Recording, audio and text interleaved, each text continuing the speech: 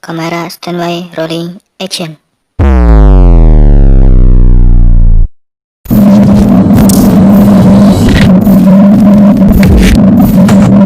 Assalamualaikum warahmatullahi wabarakatuh.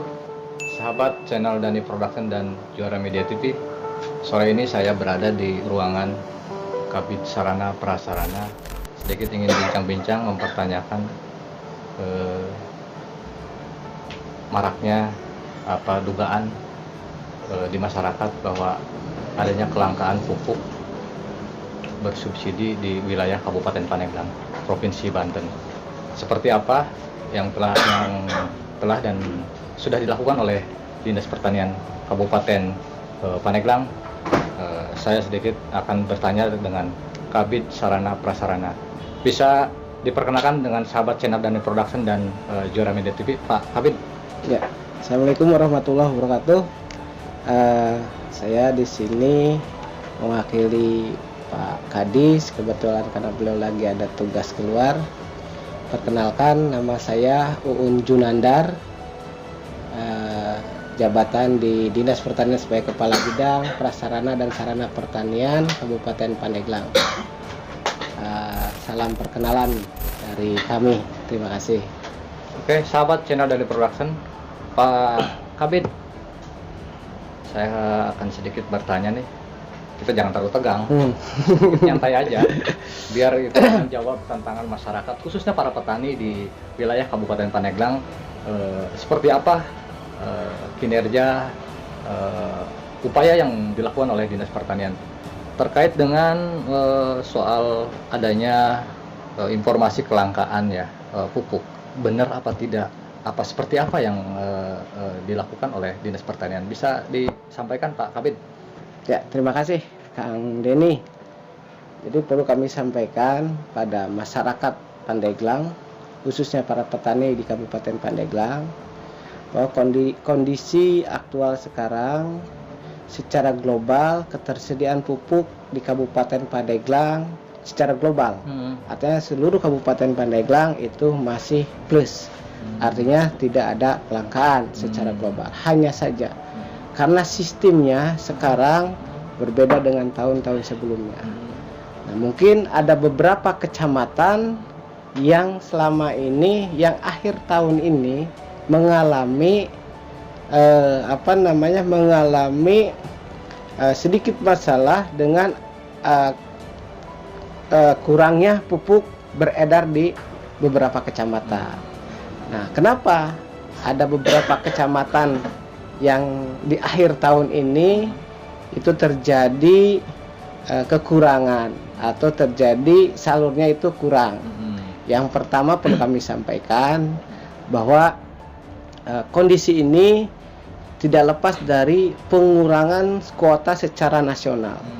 Di tahun 2019 pemerintah pusat mengeluarkan alokasi sekitar 8,8 juta ton untuk wilayah Kabupaten untuk seluruh Indonesia. Nah, tentunya ini imbasnya ke Kabupaten Pandeglang. Untuk tahun 2020 itu pemerintah pusat mengeluarkan alokasi pupuk secara nasional kurang lebih 7,9 juta.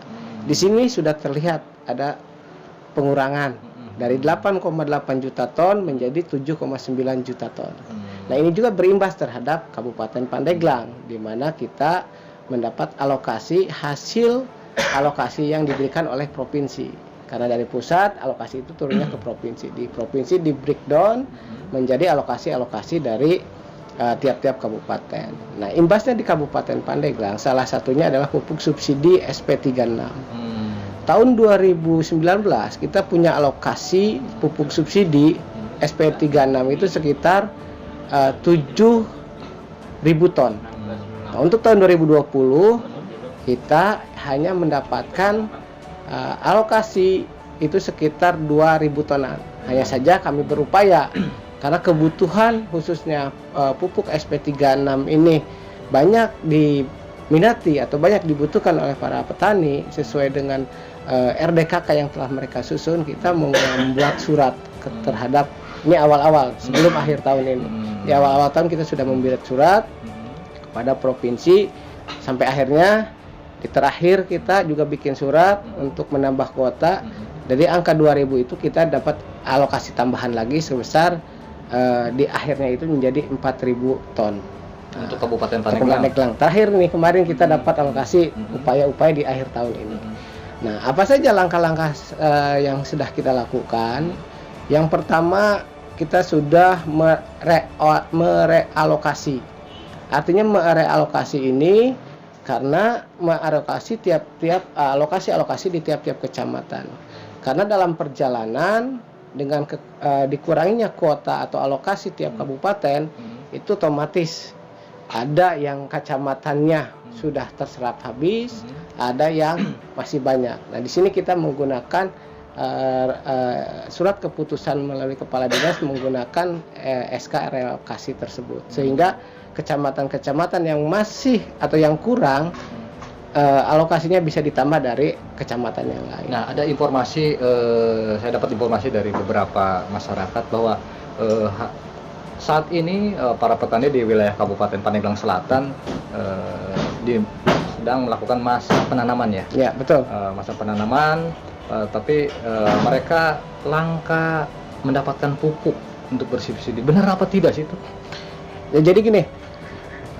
Untuk daerah selatan di sana ada beberapa kecamatan dari 35 kecamatan yang hasil monitoring kita, hasil pengawasan kita di lapangan ada 8, sekarang terakhir ada 10 kecamatan yang benar-benar alokasi pupuknya sudah melebihi. Kecamatan Artinya, mana aja itu? yang pertama itu Kecamatan Sukaresmi, Kecamatan Cikesik, kemudian Panimbang, salah satunya Picung. Nah, itu merupakan beberapa kecamatan yang dialokasi ERDKK-nya itu sudah melebihi kuota. Nah, kenapa nih? Kenapa sekarang pupuk masih surplus, tapi ada beberapa kecamatan itu tidak ada pupuknya. Nah, permasalahannya karena dasar produsen. Kita punya yang namanya di pupuk subsidi ini ada produsen. Ada produsen itu di kita ada 2 produsen. Produsen yang menghasilkan pupuk urea dan organik, produsen yang menghasilkan pupuk SP36, ZA dan NPK. Nah, dari produsen-produsen ini sebenarnya alokasi masih ada, tapi bukan untuk alokasi kecamatan yang tadi disebutkan itu. Kenapa mereka tidak berani menyalurkan kepada kecamatan yang tadi ketersediaan pupuknya tidak ada? Nah, di sana karena secara aturan di ERDKK, elektronik rencana definitif kebutuhan kelompoknya sudah melebihi. Dan aplikasi RDKK-nya sudah ditutup portalnya nih sama pusat. Jadi udah ditutup portalnya, otomatis produsen tidak berani untuk menyalurkan karena sudah, kalau bahasa ini udah merah lah, angkanya sudah merah. Untuk mengantisipasi atau mencari solusi hal tersebut, kita sudah melakukan beberapa langkah gitu. Kita mulai di awal bulan kemarin, di awal bulan November, bahkan di bulan Oktober sudah kita bergerak. Mereka memantau, memonitoring mana-mana aja kecamatan yang di ERDKK-nya sudah melampaui angka kuota maupun yang menipis. Nah, dari hasil pantauan itu kami rapatkan di bulan November kemarin, di bulan November ini, di tanggal 12 November kemarin. Kita rapatkan dengan adanya rapat koordinasi di mana dihadiri Kepala Dinas Pertanian Provinsi Banten, Ketua Komisi 2 DPRD Kabupaten Pandeglang, kemudian Ketua KTNA, dan kita undang juga produsen dan distributor, termasuk para koordinator penyuluh yang di kecamatan-kecamatan yang tadi yang sudah angka ERDKK-nya itu yang minus lah, ibaratnya udah merah lah. Nah, kondisi ini kenapa kita harus merapatkan, karena tadi itu di akhir tahun ini masa tanam sudah mulai bergerak, sudah banyak yang masa tanam seperti itu. Nah, dari hasil rapat itu otomatis karena kewenangan yang membuka portal ERDKK sebagai dasar salurnya para produsen, kewenangannya ada di pusat. Kami berkirim surat. Kita berkirim surat ke provinsi, kemudian provinsi juga berkirim surat ke kementerian. Nah, ada sedikit pertanyaan. Tidak ada upaya dugaan-dugaan atau informasi ada permainan penyimpangan. penyimpangan. Enggak. Yang hasil Itu bisa disampaikan. ya, hasil hampir pemantauan kita di lapangan untuk penyimpangan misalkan pupuk subsidi ini sebenarnya tidak hanya karena ibaratnya hanya karena minusnya ERDKK di lapangan. Kenapa ini bisa terjadi, bisa minus nih? Karena yang pertama, sekarang sistemnya pakai sistem aplikasi. Dasar untuk produser menyalurkan itu, dasar produser untuk menyalurkan ke kecamatan itu adalah ERDKK. Aplikasi ERDKK, Elektronik Rencana Definitif Kebutuhan Kelompok. Nah, karena di beberapa kecamatan tersebut angkanya minus, kita cek kenapa bisa minus. Ternyata dalam unggahan atau inputan para petani di dalam ERDKK itu kan harus diinput nama-nama petani. Ternyata di beberapa kecamatan yang kemarin itu ada para petani belum para petani itu belum masuk ke diinput ke dalam daftar ERDKK itu. Jadi sehingga mereka tidak bisa mendapatkan pupuk itu. Sehingga di dalam aplikasi itu kan ketika nama petani diinput, luas lahannya diinput, akan muncul kan alokasi pupuknya berapa kilo, berapa ini ketika muncul luasan dari para petani itu. Nah, dari beberapa kecamatan itu istilahnya di kita itu kurang unggah, kurang input. Ada beberapa petani, banyak sekali petani yang belum terinput di dalam itu. Nah, kenapa belum terinput? Karena yang pertama, mungkin karena penginputan itu kan dilaksanakan di tahun sebelumnya, di tahun 2009. Mungkin pada saat itu para petani belum punya eKTP. Karena syarat untuk menginput ERDKK itu harus punya NIK. Petani harus punya NIK. Nah, kita sudah sampaikan ini juga ke bagian sampaikan ke Pak Sekda, ke Pak Sekda sebagai Komisi Pengawas Pupuk dan Pestisida, itu menindaklanjuti melalui Bu Asda, Asisten Ekbang, untuk segera kita membuat MOU dengan Disduk Capil, menyampaikan kepada masyarakat khususnya petani untuk membuat eKTP jika petani tersebut belum membuat eKTP. Nah, satu hal lagi untuk menjawab kebutuhan masyarakat, khususnya para petani, apa sih upaya yang bisa dilakukan oleh para petani untuk mendapatkan pupuk itu? Yang pertama, ini kan nanti kan jadi tahun ini jangan pengalaman kita di tahun 2021 jangan sampai terulang lagi ini. Yang pertama, apa itu? Kami berharap para petani segera yang belum punya KTP membuat KTP.